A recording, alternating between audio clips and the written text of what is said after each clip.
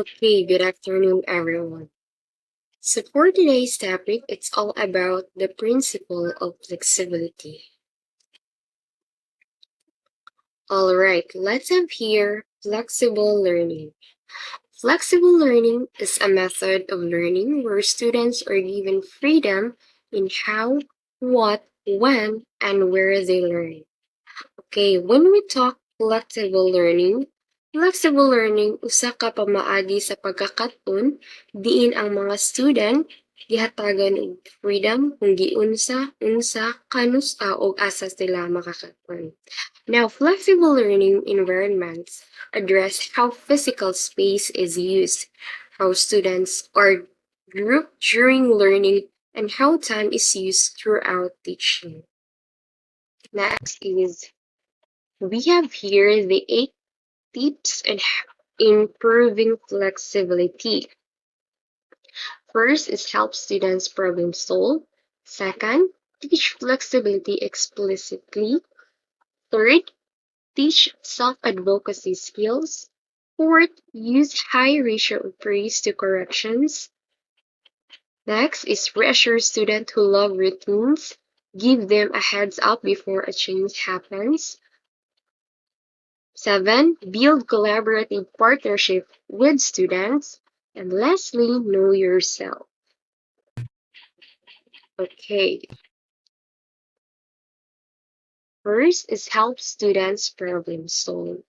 When a student's refusing to do a task or complete a request, steer clear of assumptions like he's just being difficult. Okay, as a teacher, we need to extend our help towards the students. If makita nato na naglisod atong students, then that's the time you will help. Igno nato na langga, asa ka man naglisod, kay tabangan ta ka. In that simple way, ma-encourage ang students na mubuhat sa task o ganado siya mubuhat ana ni task. And aside from that, first jud na mabuhatan nato before tamo tabang is to talk the students para makabaluta na asa siya naglisod kung unsay problema niya. Okay, next is teach flexibility explicitly. For many students, including students on the autism spectrum, the benefits of flexibility are not immediately clear.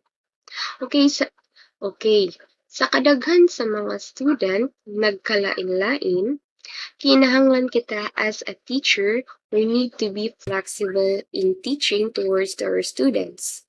Like you need to exert effort jud sa pagtudlo sa mga students. Kinahanglan kita as a teacher magtudlo tag klaro og detailed aron diretso makasabot ang students aron if maghatag tag certain activity, they immediately know how to do it. Okay? Next is teach self-advocacy skills. Show your students that it's okay to advocate for what they need, meaning to say, a teacher must be encouraged his or her students to see and mag-voice out niya ang iyang mga panginahanglan. An individual's ability to effectively communicate, convey, negotiate, or assert his or her own interest, desire, needs, and rights. It involves making informed decisions and taking responsibility for those decisions. That this is the meaning of teach self-advocacy skills.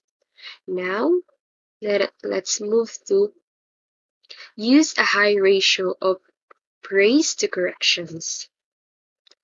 Aim for 4 praises for every 1 correction. This is a key component of a flexible, supported classroom culture. Now, this is a key component of a flexible, supportive classroom culture. Students supported through positive words and action perform better than students who experience a steady stream of consequences and corrections. Now, let's move here Reassure students who love routines. Do you teach a student who has a specific self-soothing routine? It's a good idea to respect her routine instead of asking her to change it unless it's harmful or prevents her from completing her work. If makita nato og unsay naandan sa students na inana ang iyang gabuhaton, dili nato usbon or badlungon unless dautan iyang gibuhat. Kung unsay love sa mga students na activity or nakahiligan na nila gabuhaton every time naa sila'y gabuhaton na activity, ayaw lang jud sila pugni. Like, pasagdi lang sila hilabi na rutina na sa mga bata. After niya ana na klase, mag-drawing-drawing baka siya or magsulat, then pasagdi siya.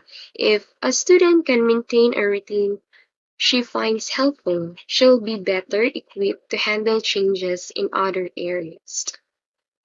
Next is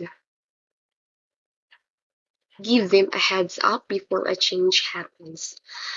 Many students, both with and without autism, experience high levels of stress during a change in their routine or classroom environment, and as stress, a student will find it really tough to be flexible. Now, you can help by priming students ahead of time for the change. Let them know exactly what's going to happen. O i-frame kini nga usa ka maayong opportunity to show how flexible we are. Next is build collaborative partnership with students.